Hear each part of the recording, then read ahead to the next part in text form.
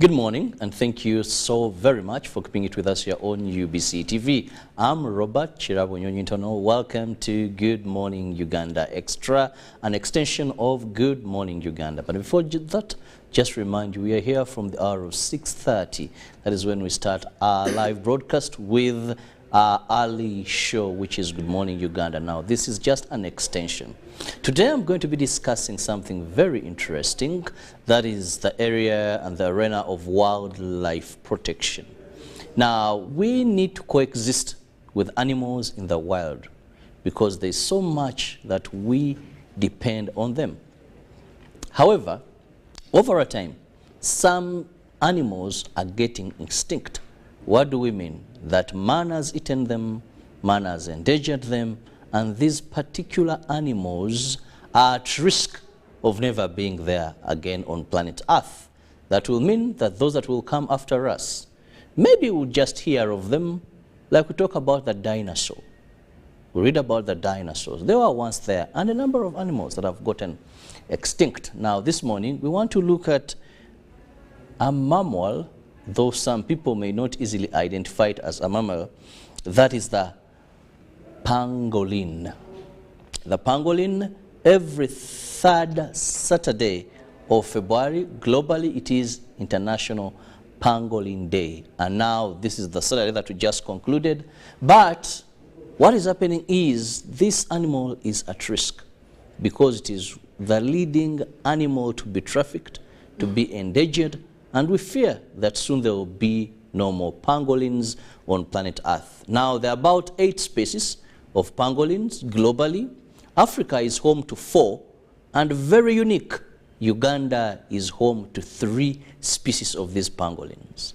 Now, joining me on set is a wildlife campaign manager at Wild Animal Protection, very passionate about animal protection, very passionate to see that we do not have these animals extinct, and that is Edith Kabesime. You're most welcome, Edith.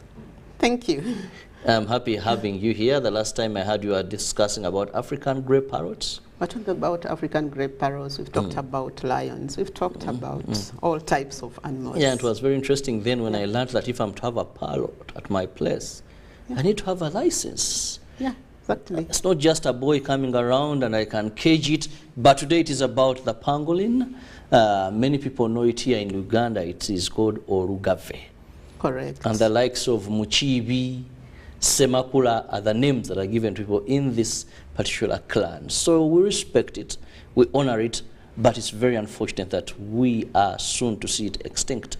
Now, to begin with, when you talk about wild animal protection, what do you guys do? Yeah, thank you so much, Mr. Chirabo. First of all, I'm Edith Kabesime. I'm the Wildlife Campaigns Manager at Wild Animal Protection. Wild Animal Protection is an animal welfare organization. It's an international organization. We are based in London. We are more than 50 years old, so you can imagine we've been on this earth for more than half a century. We operate across the 6 continents, that is Asia, Africa, Europe, the 2 Americas, Australia, New Zealand, and then of course the big continent of Africa. In Uganda, we are based in Nairobi. That is our Africa office. But as Edith, I sit here in Kampala because we are quite a globally distributed organization. It doesn't matter where we sit. In fact, we are one of those organizations that work remotely a lot. Even before COVID, we were spread across the globe. So in terms of what we do, as I said, we are an animal welfare organization. We protect animals, and our mission is to move the world, protect these animals, both animals that are farmed, animals in the wild, the companion animals, the dogs, the cats, the pigs that we eat, all those animals. And then in terms of our vision, of course, really we want to see a world where animals are free from suffering, they are free from mistreatment, so that cruelty ends. So basically that's who we are. And globally, we are close to 300 staff, so but distributed across the globe. And our work really is to speak for the animals because they don't speak like us. Very true, and more so when we know that it requires a lot of mindset change, people's mindset towards animals. I'm very passionate about dogs. I breed dogs, I train dogs, but you find that a person looks at a dog in a different perspective than I do. Exactly. It's just an animal. Now, what about those that are in the wild? If these domesticated ones, someone has that mindset, you tell someone, well, we need to wash this dog, and says, what? It's just a dog. It's just a dog. How you know it needs to go for medical checkup? Come on. It's a dog. It's a dog.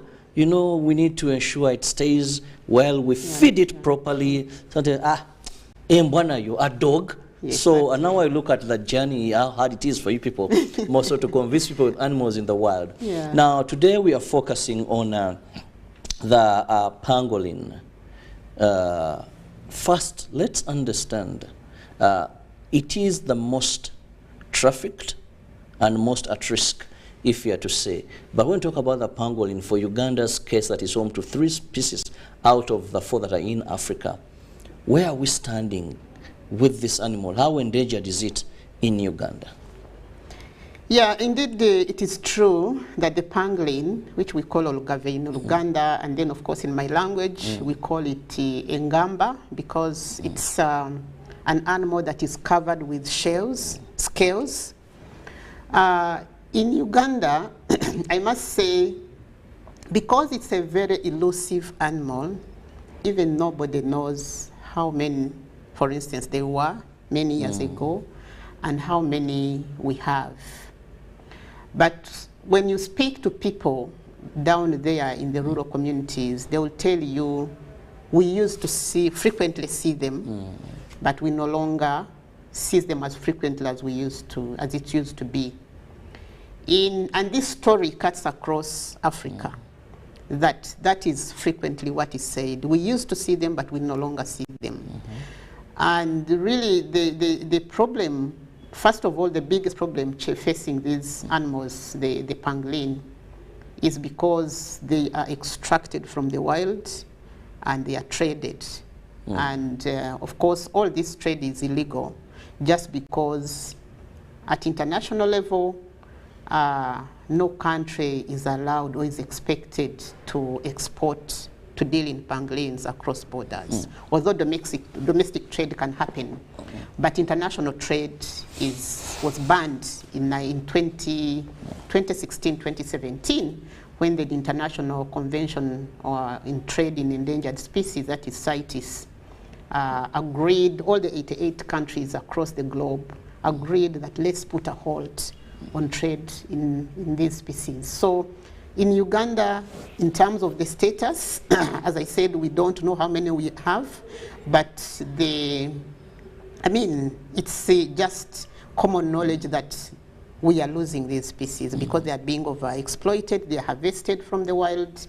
Across Uganda, we know in the savannas, they usually occur in savanna areas, but also in forested areas, because depending on the species, some species prefer forests, other species prefer savannas. So for instance, eastern Uganda is one of the areas that is rich in pangolins. Areas around Machon Falls, northern Uganda, mid-central, sort of southern north, that's where you find the pangolins. But again, they are being extracted and traded illegally. Very frequently you hear cases, Uganda Wildlife Authority has, with the URA, together with the police, they have impounded, they have arrested traffickers. Now, that's an indication that we are losing them. Let's look at the why, the number of animals, why pangolins are leading internationally, why we see wildlife impounding a lot of these. You see, not the animals, because those are now taking the scales or shells that cover the body, and that means either they have killed the pangolin, so they're able to take up. Why is it so marketable? Why is this trade continuing? Though internationally it's banned, but You find them, I was reading and watching some documentary in Asia, you find them in China, and they'll tell you they suspect these could have come from East Africa. You're like, why would they, you know, why would someone go into this? Yeah, let's go back to history. Historically, we have traded our rhinos almost to extinction across Africa, including Uganda. In fact, the only rhinos we have are now imported, and the numbers are beginning to come up. So just like how people believed that the rhino have medicinal values in the horn, it's the same belief that people have, especially in Asia, say countries, especially China, Laos, Hong Kong, the other one is Vietnam.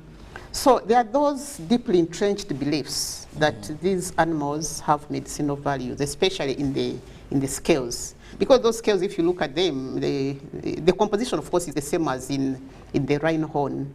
That is keratin, the same composition in our nails, our hair.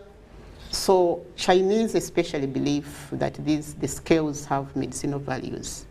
They believe they can, if you consume medicines containing scales, they'll improve male vitality, men will be more. And with that, it is taking the word as a storm. Exactly. I don't know what is wrong with the men today. I don't know what's wrong with the men. Anything you tell them that They'll this go for will it. increase, this will, they'll rush. Yes. They rush for it. It's they think it's Viagra, so they go for it. Then they also believe it's good for nice skin. They believe if you eat pangolin meat or scales, it will improve your skin. And with the ladies there, anything to do with their skin? Anything to do with their skin, it's not a negotiable. Yes. They'll go for it. So that huge demand for their scales and meat is what is driving this trade. To an extent, it's even shocking that you are asking, you see so many tons of scales, and you wonder how many pangolins have been killed to accumulate these scales. For instance, between 2017 and 19, around over 77 tons of pangolin scales were impounded in Nigeria, because there are countries which are actually the hubs. Nigeria is number one, Uganda is also one of them, and then we have Kenya. So those three countries, Kenya, Uganda, Nigeria, they are the epicenter of this trade, and it's all illegal. So you can imagine 77 tons of scales. That means 77,000 kilograms of scales. That almost translates into close to 150,000 pangolins killed. Oh dear. You can imagine. A number of them. A number of them, because there are not many.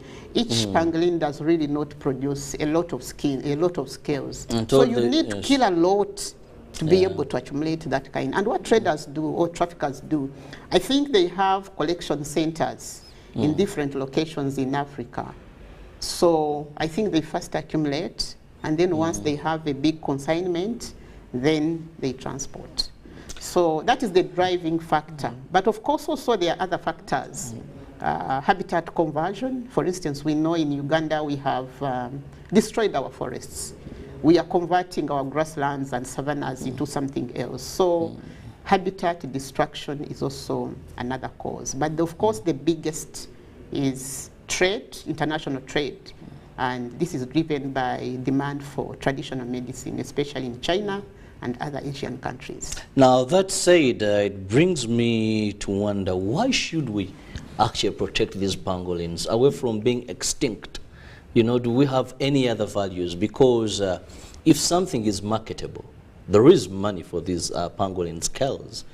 Why would someone, like I told you, mindset change, feel it is important?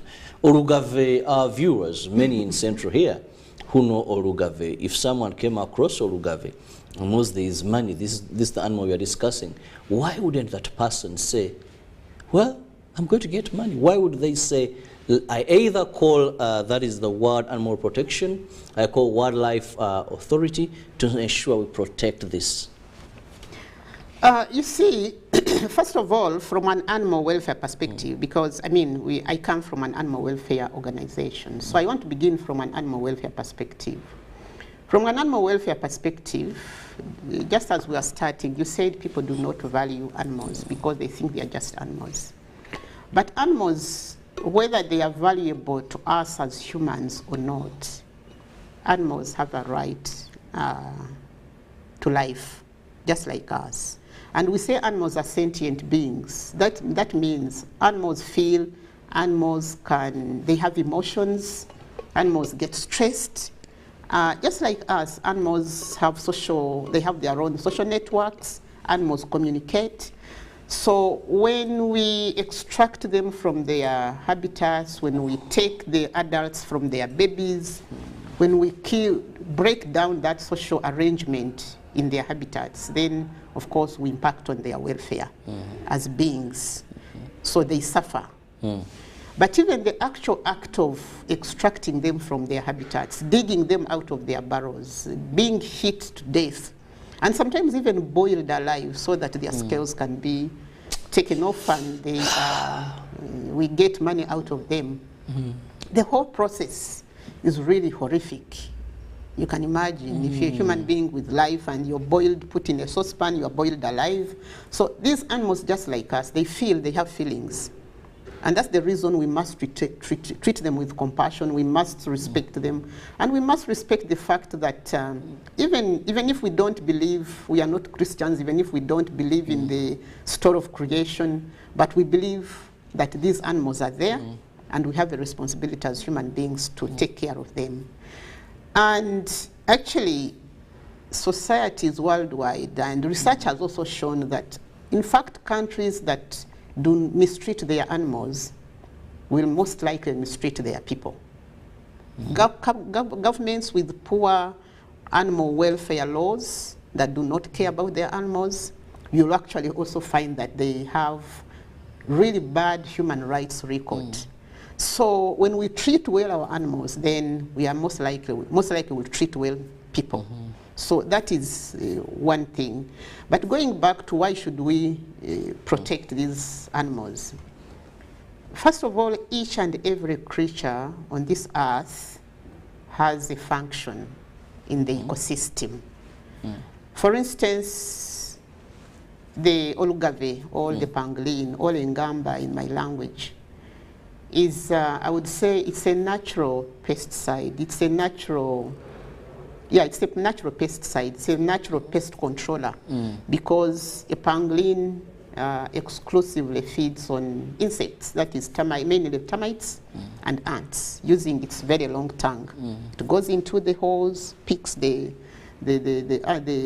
small insects, termites, ants, and others, and eats them. That's why it's even called an ant-eater sometimes, because it eats those things. So it cleans and it maintains ecological balance. So once we remove the pangolin out of the ecosystem, then of course we can't control termite populations, ant populations. That's why actually maybe these days you see we use a lot of chemicals to control termites. You set up an eucalyptus plantation, after 2 days all the eucalyptus trees are down, the seedlings are down.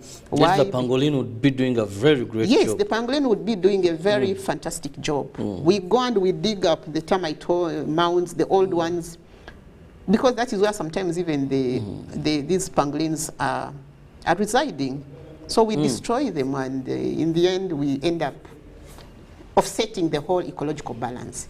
So that is really a primary function, an ecological function of the pangolins. They are a natural sanitizer when it comes to dealing with the pests like termites and ants.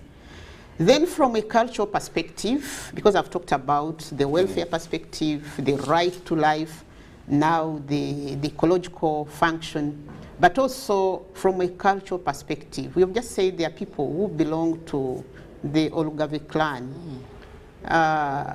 Identity is one of the most fundamental aspects of the human race. So when you lose your identity, I think that is a very huge loss. If you woke up today, if I woke up today and I found there are no monkeys in this world, I think I would cease calling myself Omwana Wenchima. You get it?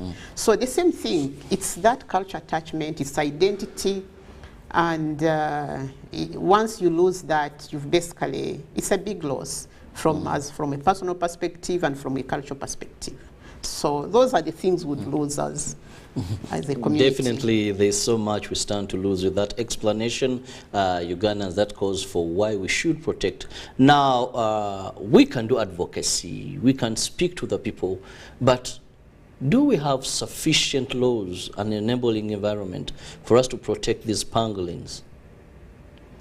Yeah, of course, as I had intimated earlier, at international level, as I said, in 2016, at the Conference of Parties, all 188 countries, which are the signatories of the CITES Convention, they agreed that let's uplift the status of the pangolin, let's ban international trade in this species, and we put a halt on illegal trade globally.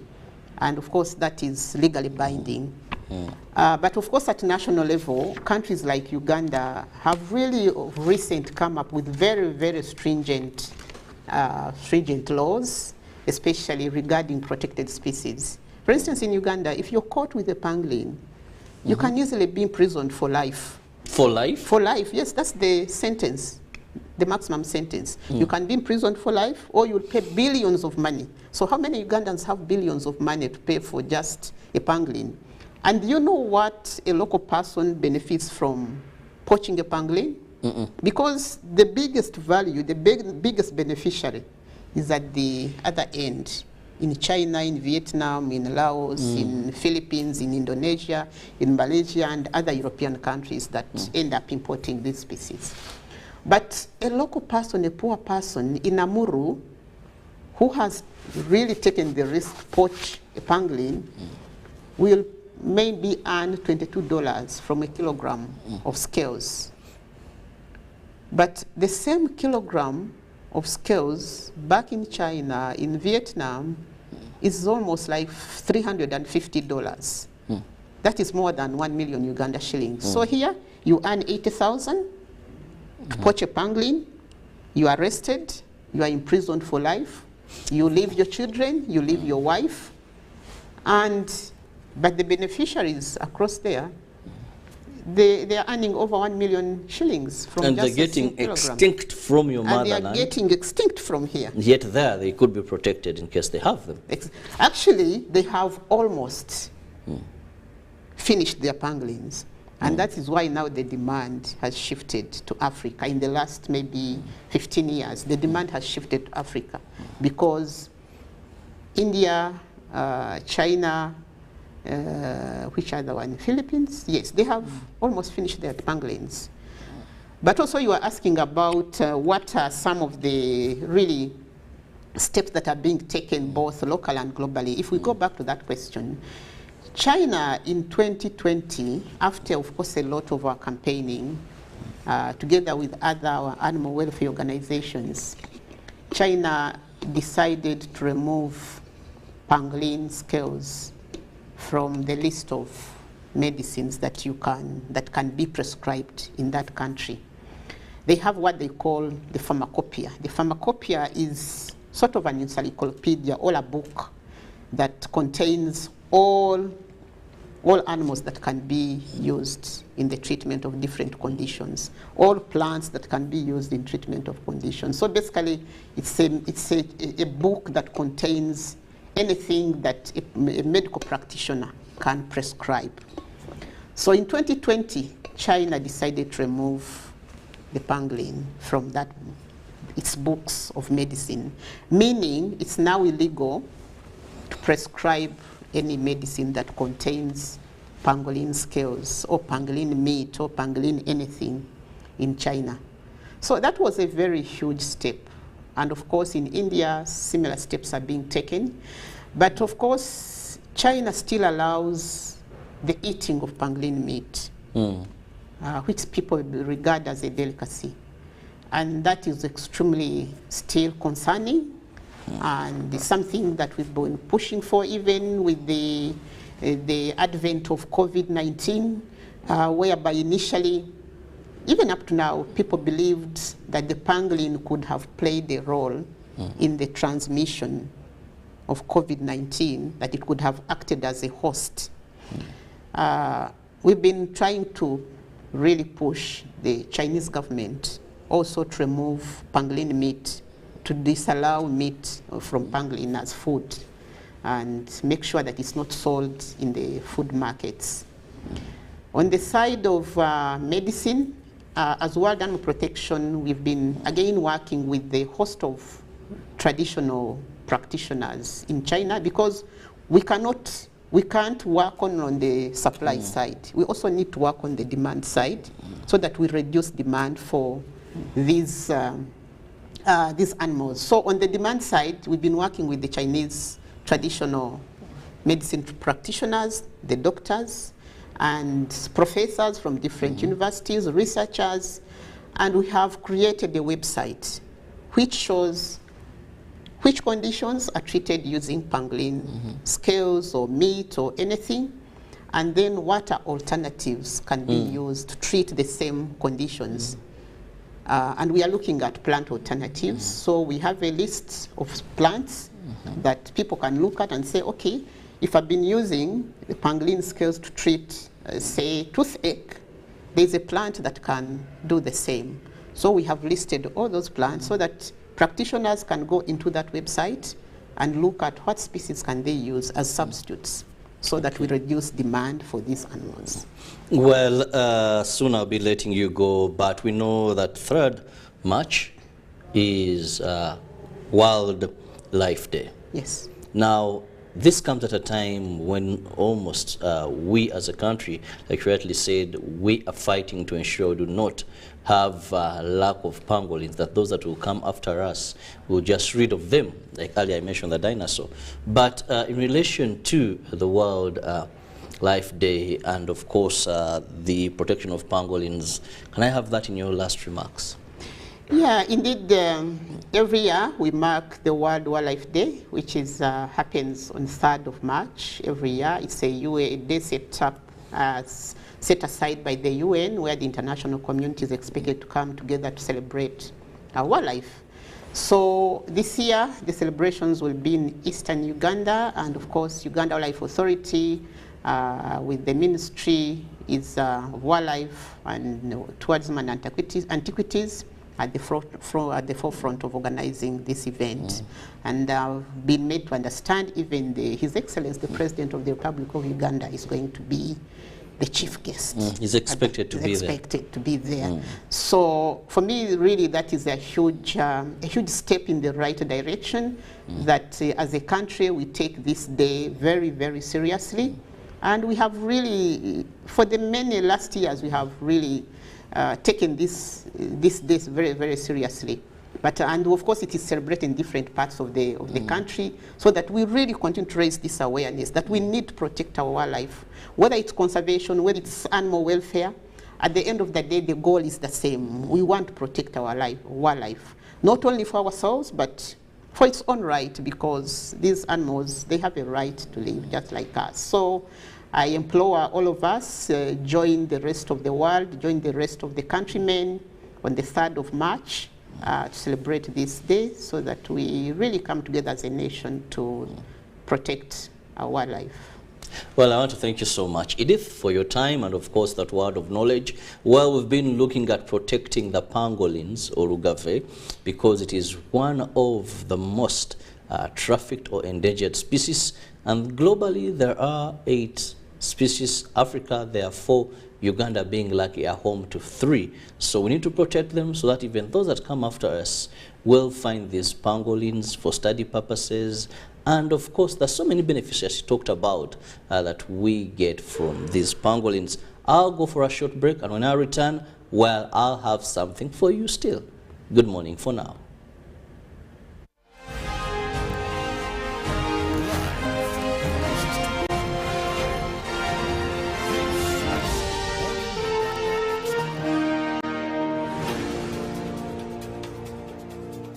Click of the day on UBC.